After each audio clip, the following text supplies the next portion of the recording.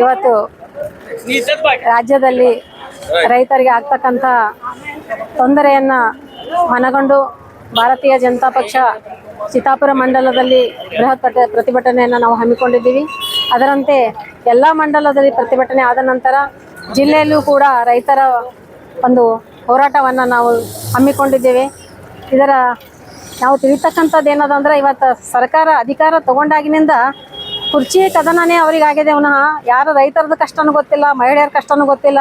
ಇಲ್ಲಿರುವಂಥ ಮತದಾರರು ನಮಗೆ ಯಾವ ರೀತಿ ನಮಗೆ ಆಶೀರ್ವಾದ ಮಾಡಿ ಕಳಿಸಿದಾರ, ಅವ್ರಿಗೆ ಏನು ಕೊಡಬೇಕು ನಾವು ಅನ್ನುವಂಥದ್ದು ಸಹಿತ ಅವರು ಆ ಪರಿಜ್ಞಾನದಲ್ಲಿ ಇಲ್ಲ.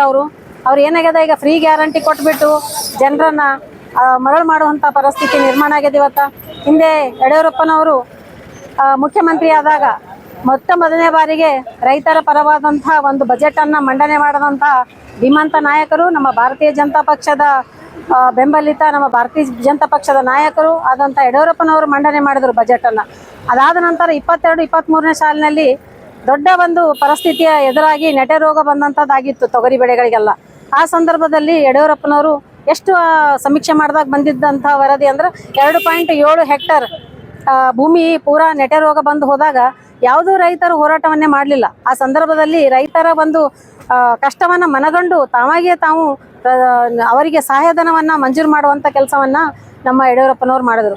ಎರಡನೇ ಬಾರಿಗೆ ಮತ್ತು 23-24ನೇ ಸಾಲಿನಲ್ಲಿ ಭಾಳಷ್ಟು ಅಂತರ ಆಯಿತು ರೈತರಿಗೆ, ಆದರೂ ಕೂಡ ಒಂದು ನಯ ಪೈಸೆ ಕಾಂಗ್ರೆಸ್ ಸರ್ಕಾರ ಬಿಡುಗಡೆ ಮಾಡಲಿಲ್ಲ. ಮುಂದೆ 25-26ನೇ ಸಾಲಿನಲ್ಲಿ ಈ ಸದ್ಯ ಪರಿಸ್ಥಿತಿಯಲ್ಲಿ ಎಂದೂ ಕಂಡು ಕೇಳರಿಯದಂಥ ಒಂದು ಮಳೆ ಬಂದು ಜನರು ಭಾಳಷ್ಟು ಕಷ್ಟಕ್ಕೆ ಸಿಲುಕಿದ್ದಾರೆ. ಪಾವತಿ ಮಾಡಿದವ್ರಿಗೆ ಅಷ್ಟೇ ಪರಿಹಾರ ಸಿಕ್ಕಿದೆ. ಈಗ ವಿಮೆ ಪಾವತಿ ಮಾಡಲಾರ್ದಂಥ 3.7 ಲಕ್ಷ ಜನರಿಗೆ ಅವರೆಲ್ಲಿ ಹೋಗ್ಬೇಕು ರೈತರು, ಅವರಿಗೂ ಕೂಡ ಇಮಿಡಿಯೇಟ್ಲಿ ಆಗಿ ಅದನ್ನು ಪಾವತಿಸಬೇಕು. ಅದರಂತೆ ಈಗ ಕಬ್ಬು ಬೆಳೆಗಾರರಿದ್ದಾರೆ, ಇಲ್ಲಿ 1,12,062 ಹೆಕ್ಟರ್ ಪ್ರದೇಶದಲ್ಲಿ ಕಬ್ಬು ಬೆಳೆ ಬೆಳೀತಾರೆ. ಅಂಥ ಬೆಳೆಯನ್ನು ಇವತ್ತು ಎಲ್ಲಿ 5 ಸಕ್ಕರೆ ಕೇಂದ್ರಗಳಿದ್ದಾವೆ ನಮ್ಮ ಕಲಬುರಗಿ ಜಿಲ್ಲೆಯಲ್ಲಿ, ಫ್ಯಾಕ್ಟ್ರಿಗಳವ. ಆ ಫ್ಯಾಕ್ಟ್ರಿ ಓನರ್ ಏನು ಹೇಳೋದು, ನಾವು 3,160.94 ಇಷ್ಟು ಅಮೌಂಟನ್ನು ನಾವು ಬಿಡುಗಡೆ ಮಾಡ್ತೀವಿ ಅಂತ ಹೇಳ್ಕೊಂಡು ಅವ್ರು ಹೇಳಿದರು. ಆದರೆ ಈಗ ಇವತ್ತು ಉಸ್ತುವಾರಿ ಮಂತ್ರಿ ಏನು ಹೇಳ್ತಾ ಇದ್ದಾರೆ, ನಮ್ಮವರೇ ಆದಂಥವ್ರು, ಇಲ್ಲ ಅವರು ಮಾಲಕರು ಒಪ್ತಾ ಇಲ್ಲ, ಫ್ಯಾಕ್ಟ್ರಿ ಮಾಲಕರು ಒಪ್ತಾ ಇಲ್ಲ, ನಾವು ಕೊಡುವಂಥದ್ದು 23.100 ಅಂದ್ರೆ 3,000 ಬಜೆಟನ್ನು ನಾವು ರೈತರಿಗೆ ಕೊಡ್ತೀವಿ ಕಬ್ಬು ಬೆಳೆಗಾರರಿಗೆ ಅಂತ. ಆದರೆ ಈ ರೀತಿ ಆಗೋದ್ರಿಂದ ಭಾಳಷ್ಟು ತೊಂದರೆ ಇಡಾಗ್ತದೆ. ನಾವು ಎಷ್ಟೇ ಶ್ರೀಮಂತರಾದರೂ ಎಷ್ಟೇ ವಿದ್ಯಾವಂತರಾದರೂ ನಾವು ಯಾವ ಉನ್ನತ ಸ್ಥಾನದಲ್ಲಿರಿ ಅಥವಾ ಬಡವರಿದ್ರಿ, ಊಟ ಮಾಡೋದು ಏನಂದ್ರೆ ಅನ್ನನೇ. ರೈತರು ಬೆಳೆದ್ರೆ ನಾವು ಊಟ ಮಾಡ್ತೀವಿ, ರೈತರು ಬೆಳಿಲಿಲ್ಲ ಅಂದ್ರೆ ನಾವು ಏನೂ ಮಾಡೋಕ್ಕಾಗಂಗಿಲ್ಲ. ಅದ್ರ ಸಲುವಾಗಿ ರೈತರಿಗೆ ನಾವು ಮೊದಲು ಆದ್ಯತೆ ಕೊಡಮು.